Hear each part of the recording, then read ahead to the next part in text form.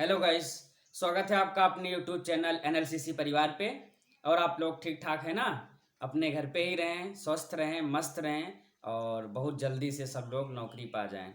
चलिए, आज हम लोगों का जो टॉपिक हम लोग पढ़े थे धातु और अधातु, उसका सेकंड पार्ट का आज वीडियो है आपका अधातुओं के भौतिक गुण।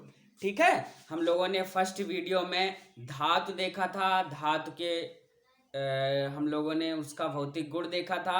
उसमें कई हेडिंग थी, जैसे कि आघात वर्धनता हो गया, कठोरता हो गया, तन्यता हो गया, है ना। इस तरह की हेडिंग हम लोगों ने देखा हुआ था पार्ट फर्स्ट में। ठीक, ये पार्ट सेकंड है आपका। इसमें हम अधातुओं के भौतिक गुण देखेंगे और आगे जो आपका एक मेन टॉपिक बचता है आपका उपधातु, वो भी इसमें देखेंगे। ठीक है, उसके अलावा आपका बचता है मिश्र धातु, जहां से क्वेश्चन तो हर कंपटीशन में पूछा जाता है, ज्यादातर कंपटीशन में पूछा जाता है और आपका लगभग आपके एग्जाम्स में भी आता है मिश्र धातु। वहां उसको भी हम लोग आज देखेंगे।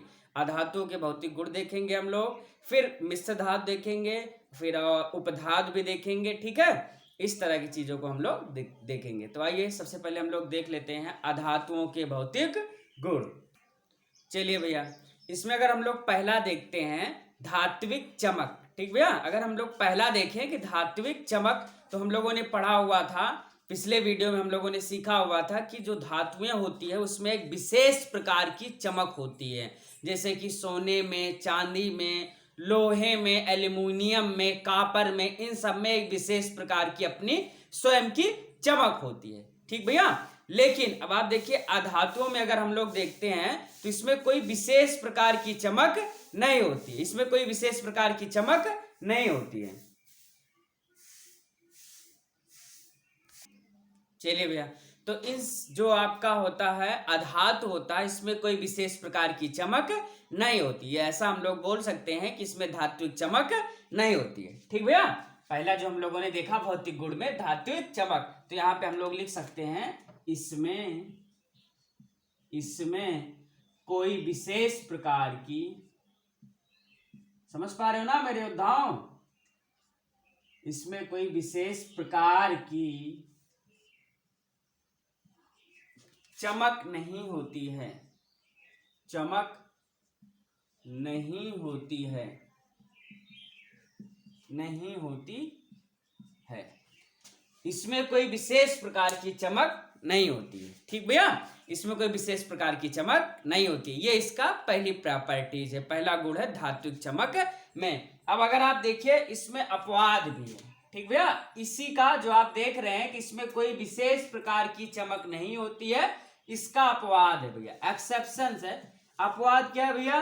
अपवाद ये है जो आयोडीन होती है, आयोडीन और आपका ग्रेफाइट, और भैया क्या?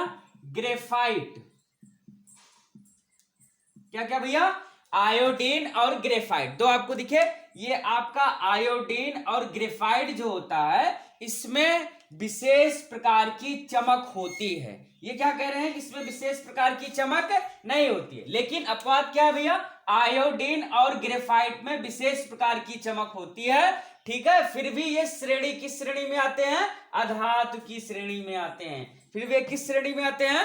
अधातु की श्रेणी में आते हैं। ठीक है, तो ये दो अपवाद याद रखिएगा कि आयोडीन और ग्रेफाइट अधातु होते हुए भी चमकदार होते हैं। ठीक भैया, आयोडीन और ग्रेफाइट चमकदार होते हैं।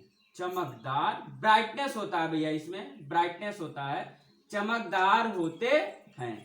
ठीक भैया, चमकदार होते हैं। कोई दिक्कत किसी को? चलिए, कोई दिक्कत नहीं होनी चाहिए। तो आपको समझ में आया होगा भैया बढ़िया से कि ये जो आपका होता है कि आयोडीन और ग्रेफाइट चमकदार होते हैं। ये इस धात्विक चमक, इसमें कोई धात्विक चमक नहीं होती है धातु में, लेकिन इन दोनों में होती है। ठीक है, चलिए अगला देख लेते हैं। अगला देख लेते हैं उष्मा तथा विद्युत। उष्मा तथा विद्युत के अचालक क्या होते हैं भैया? अचालक। आप जानते हैं धातुएं सुचालक होती है, पिछले वीडियो में हम लोगों ने देखा था। जो धातुएं होती हैं वो सुचालक होती है, लेकिन जो अधातु होती है वो अचालक होती है। उष्मा तथा विद्युत के अचालक होते हैं। ज्यादातर अधातुएं, अब ज्यादातर मैं इसलिए बोल रहा हूं कि अभी एक दो एक्सेप्शंस फिर निकल आएंगे। ज्यादातर आपके जो अधातु होते हैं वो उष्मा के और विद्युत के अचालक होते हैं। अर्थात अचालक हमने आपको समझाया हुआ था, अचालक उसको हम बोल सकते हैं जिसमें विद्युत धारा या उष्मा दोनों का प्रवाह नहीं किया जा सकता है, उसको अचालक बोला जाता है। ठीक है, समझ पाए, कोई दिक्कत नहीं होनी चाहिए। तो वो अचालक होता है आपका। ठीक भैया, तो हम लोग यहां पे लिख सकते हैं, हम लोग लिख सकते हैं कि यह विद्युत तथा उष्मा, विद्युत तथा उष्मा के अचालक होते हैं, अचालक होते हैं। यह विद्युत तथा उष्मा के अचालक होते हैं। ठीक भैया, इसमें विद्युत के भी अचालक होते हैं और उष्मा के भी अचालक होते हैं। ठीक है, चलिए आगे देख लेते हैं इसका एक्सेप्शंस क्या है, इसका अपवाद क्या है। इसका अपवाद देख लेते हैं भैया। अभी देखिए हम लोगों ने क्या देखा कि यह विद्युत तथा उष्मा के अचालक होते हैं। ठीक है, लेकिन इसमें एक आपका होता है ऐसा, एक क्या, जितने भी कार्बन के ज्यादातर अपर रूप होते हैं, जैसे कि ग्रेफाइट हुआ, कार्बन के ज्यादातर जो अपर रूप होते हैं वो उष्मा के सुचालक होते हैं भैया। जैसे देखिए हम लोगों ने यहाँ पे ग्रेफाइट देखा हुआ है ना, तो जो आपका ग्रेफाइट है, क्या भैया, ग्रेफाइट है, ये उष्मा का सुचालक होता है, उष्मा का सुचालक होता है। क्या होता भैया, सुचालक होता है। इसको हम लोग क्या बोला जा सकता है, या उष्मा का सुचालक होता है। अब हम लोगों ने क्या देखा था अभी, अधातुओं के भौतिक गुण में हमने देखा हुआ था कि यह उष्मा तथा विद्युत के अचालक होते हैं। लेकिन अपवाद क्या सामने आ गया, अपवाद ये निकल के सामने आ गया, ग्रेफाइट जो है ये उष्मा का सुचालक होता है। ठीक है, उष्मा और विद्युत दोनों का भी है, विद्युत का भी होता है, विद्युत, उष्मा तथा विद्युत दोनों का सुचालक होता है। अर्थात इसमें आसानी से वैद्युत धारा और आपकी उष्मा को प्रवाहित किया जा सकता है, उसके गुण को इस यहाँ पे देखा जा सकता है। ठीक है, समझ पाए। तो आप देखिए यहाँ पे उष्मा और विद्युत दोनों का ये आपका सुचालक होता है, ग्रेफाइट आपका सुचालक होता है। ठीक भैया, कोई दिक्कत किसी को नहीं होनी चाहिए। चलिए स्क्रीनशॉट ले लीजिएगा। चलिए आगे बढ़ते हैं। चलिए भैया, अगला जो आपका गुण निकल के आ रहा है, आतन्यता। ठीक भैया, क्या निकल के आ रहा है, आतन्यता। अब हम लोगों ने देखा हुआ था कि जो धातुएं होती हैं उसमें तन्यता का गुण पाया जाता है। ठीक, एक बार हम लोग फिर रिवाइज कर लेते हैं कि तन्यता क्या होता है। किसी भी धातु को पीट करके पतले से तार के रूप में, ठीक भैया, पतले से तार के रूप में परिवर्तित करना तन्यता कहलाता है।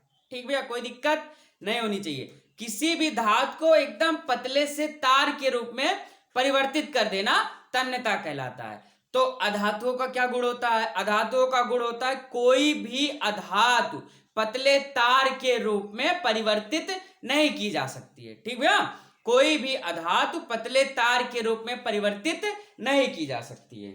ठीक, कोई भी धातु पतले, कोई भी धातु पतले तार के रूप में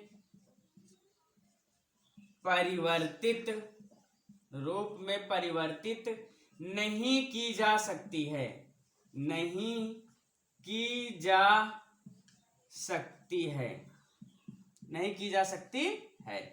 ठीक भैया, कोई भी धातु पतले तार के रूप में परिवर्तित नहीं की जा सकती है। कोई भी अधातु, धातु लिख दिया गया था, सॉरी, कोई भी अधातु पतले तार के रूप में परिवर्तित नहीं की जा सकती है। यह धातुओं का बहुत बड़ी प्रॉपर्टीज होती है। ठीक योद्धाओं, समझ में आया होगा। कोई भी अधातु जो होती है उसको पतले से तार के रूप में परिवर्तित नहीं किया जा सकता है। ठीक भैया, किसी को कोई दिक्कत नहीं होनी चाहिए। चलिए आगे बढ़े, आगे बढ़े योद्धाओं, चलिए आगे बढ़ते हैं।